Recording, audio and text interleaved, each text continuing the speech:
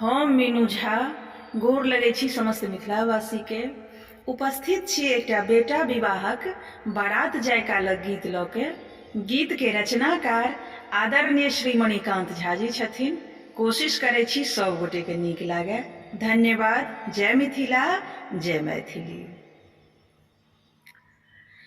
दुल्हा राम लखन जी चललनि ससुरारी हे। दुल्हा राम लखन जी चलला ससुरारी हे। आहे बाबू दशरथ साजलनि बर बरियाती हे। आहे बाबू दशरथ साजलनि बर बरियाती हे। पीतवसन माथ पाग घुनसी लागल हे। पीतवसन माथ पाग घुनसी लागल हे। आहे कान में सोनक कुंडल हीरा लटकल हे।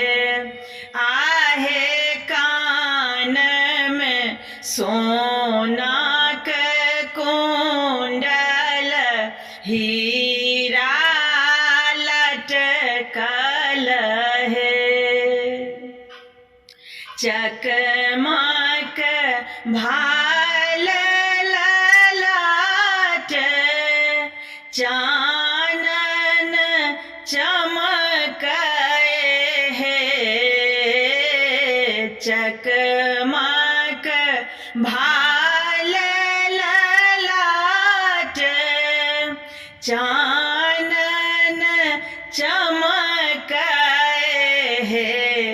आहे अतर गुलाल सँ बदन जे गम गम गम कहे हे।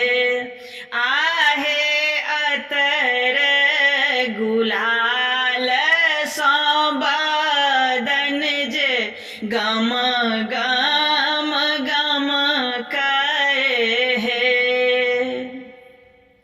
बाजन बाजे अवधपुर संगहि मिथिला हे। बाजन बाजे अवधपुर संगहि मिथिला हे। आहे मणिकांत नयना तिरपित गीत ई लिखला है। आहे मणिकांत नयना ई तिरपित गीत जे लिखला